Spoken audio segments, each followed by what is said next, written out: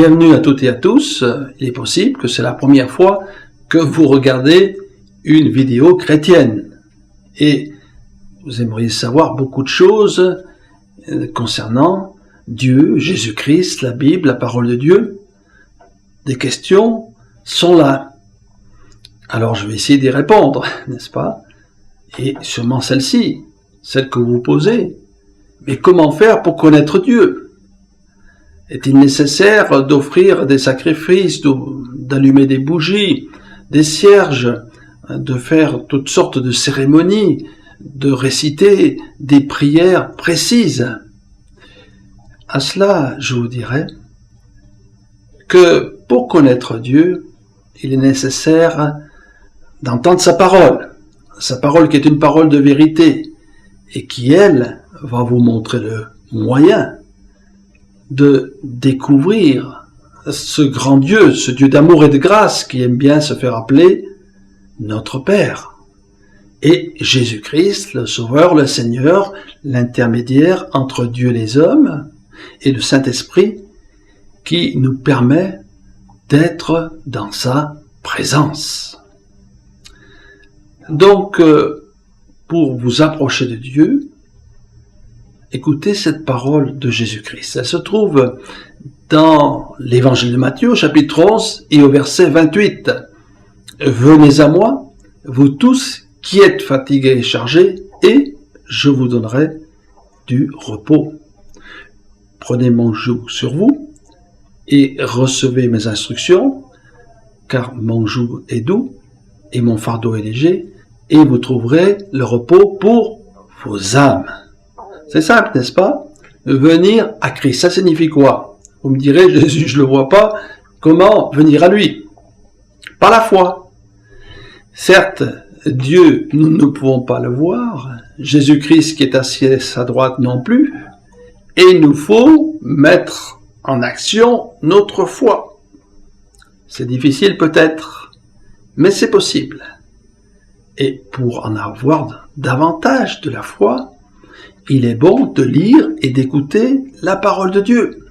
La foi vient de ce qu'on entend, et ce qu'on entend vient de la parole de Dieu. Cette parole qui a traversé les siècles. La Bible est le livre le plus lu et répandu dans le monde. Aujourd'hui encore, à l'an 2008 passé. Oui, cette parole, elle est là pour nous faire connaître Dieu et sa parole.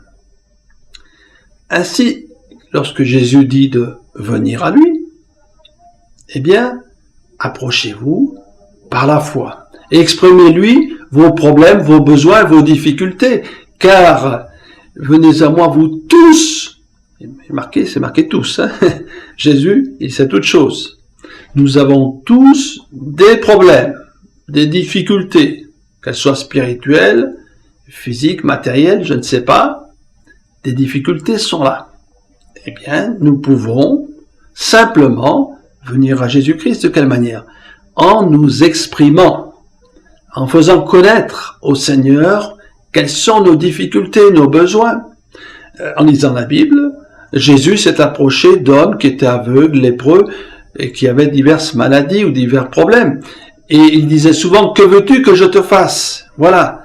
Comment voulez-vous que Dieu agisse pour vous si vous ne vous exprimez pas devant lui? Alors simplement, la prière, c'est d'exprimer quels sont nos besoins. Alors il y a toutes sortes de besoins, évidemment.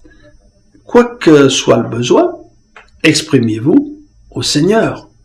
Et croyez d'abord que Dieu, bien qu'il soit dans son ciel de gloire, a entendu votre prière, car il entend la prière du cœur, celle qui n'est pas formaliste, mais qui est le cri de l'âme. Oui, Dieu l'entend celle-là. Hein? Lorsqu'un malheureux crie, l'Éternel l'entend. Et puisqu'il entend, le Seigneur, il va faire quelque chose. Quelle prière vais-je m'exprimer devant Dieu? Toutes les prières que vous voulez.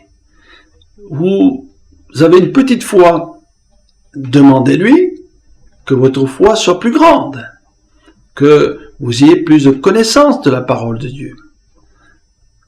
Là, le Seigneur il veut agir. Vous avez là un sentiment de culpabilité, des remords qui sont là depuis des mois et des années. Exprimez ce qui s'est passé. Vous avez mal agi, sûrement, car la Bible nous dit que tous nous avons péché, même si on se croit très bien, nous avons désobéi à la parole de Dieu, au moins sur l'un des 10 commandements. Réfléchissez bien. Quand vous étiez petit garçon, petite fille, vous avez menti, vous avez volé des bonbons, peut-être triché à l'école pour faire les devoirs. Ça, c'est des petits péchés, mais c'est des péchés quand même. Et quand on est plus grand, il y a d'autres péchés.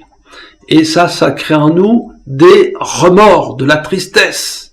Et il faut se décharger de tout cela. Croyez que Jésus est le Sauveur, qu'il est mort à la croix pour vos péchés, qu'il a versé son sang. Voilà ce qui est important. Et pour en savoir plus, lisez les 4 évangiles, où là, il est question de la mort et de la résurrection de Jésus. Jésus, il a pris vos péchés, mes péchés, il est mort à la croix pour cela. Il a versé son sang, il a souffert pour que vous et moi ayons le pardon de Dieu, soyons réconciliés avec Dieu et puissions de nouveau être en relation avec le Créateur. C'est merveilleux que un homme, une femme, un garçon, une fille puissent être de nouveau en contact avec son Père Céleste, son Créateur, par le moyen de la prière. Et oui, la prière nous met en contact avec Dieu. On ne peut pas l'expliquer. C'est pas matériel, mais c'est réel. Le Saint-Esprit est là. On s'en rend pas compte. Mais il veut, le Saint-Esprit, l'Esprit de Dieu, nous communiquer sa présence.